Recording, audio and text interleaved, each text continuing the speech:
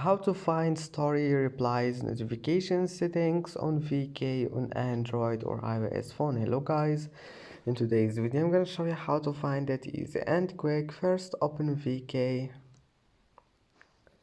and then click hub. Here is it, and now click these three lines and click settings, then click notifications.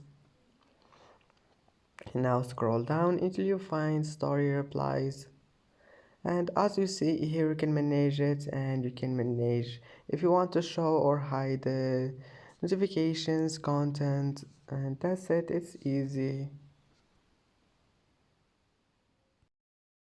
And that's it for today's video. If you like this video, please don't forget to like and don't forget to subscribe, and thank you for watching this video until the end, and see you in the next video.